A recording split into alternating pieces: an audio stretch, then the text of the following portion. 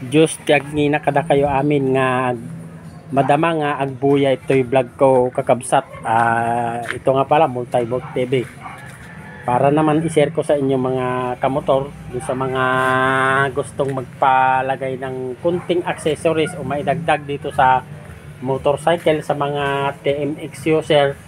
Ito pa ang mga naidagdag natin mga kamotor. Mura lang naman ito mga kamotor o sariling gawa natin.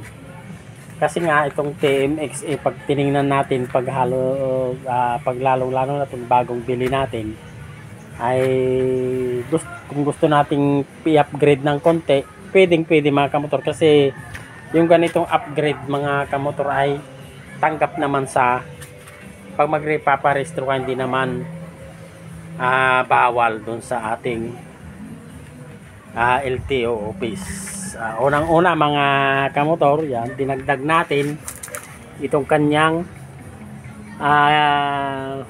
headlight cover. Adikipis na mga kamotor. Yan. Tapos windshield o dashboard cover. Ayan.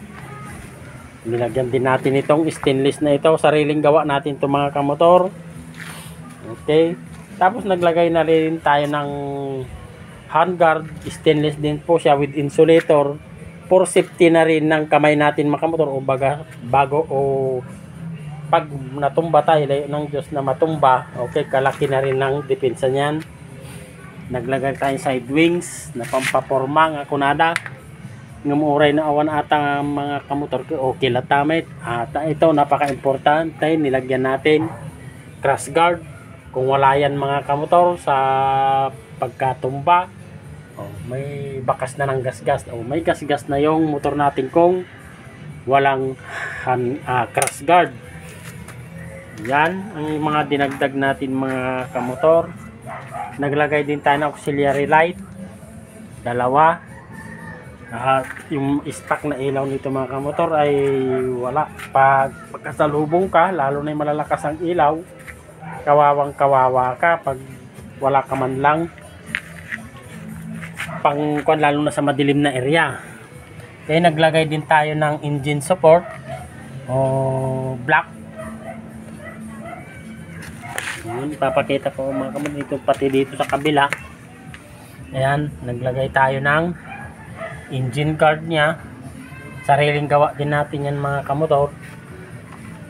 Sariling design kasi wala pa akong nakikitang ganitong design sa akin lang. Okay, stainless yan mga kamotor. Cover niya lahat ang makina. Pero hindi dapat, pag naglagay, hindi dapat makukuberan tong kanyang grills para naman yung flow o daloy ng hangin ay hindi maapektuhan. Naglagay din tayo ng battery cover. Yan, nabili lang po natin dyan sa motor shop. Yan, battery cover. Tapos signal light support, nilagyan din natin mga kamotor para naman for safety na rin nung signal light natin. Saka naglagay na rin tayo ng top box para naman lahat ng gamit, tools, kapote, helmet, baon, papunta sa trabaho ay dyan natin mailagay para hindi na tayo gagamit ng pack bag. Tapos naglagay din tayo ng extension fender mga kamotor. Ayan, stainless din po yan. Ayan, extension fender, harap likod po yan mga kamotor. Yan, laki din, stainless steel din po lahat yan mga kamotor. Laking tulong din po lalo kung tumatawid po sa ilog. Ayan, hindi tatama dito sa may silong yung bato. Pero hindi pa rin may iwasan mga kamotor kahit may ganyan, lalo na kung dito sa amin tawidan ng ilog. Ayan, may mga tama pa rin ng bato yung kanyang exhaust. Paano na mga kamotor, halimbawa walang cover na ito, hindi sa black na tatama yung bato. Kaya napaka-importante mga kamotor dito sa rough road area, dito sa amin napaka-importante po itong cover na ito.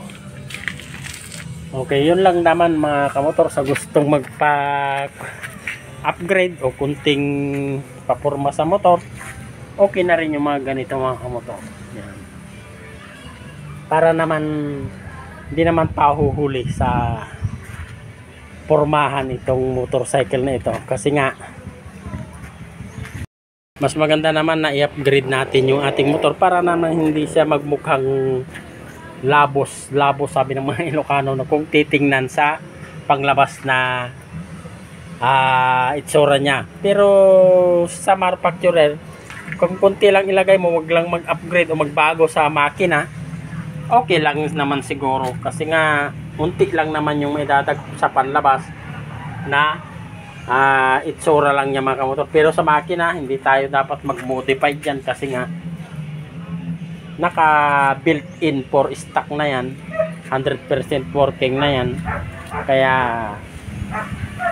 kung alin yung sa makina, kung para sa akin mga kamotor, iyon na lang, kasi nga okay naman siya, hindi naman siya umiinit.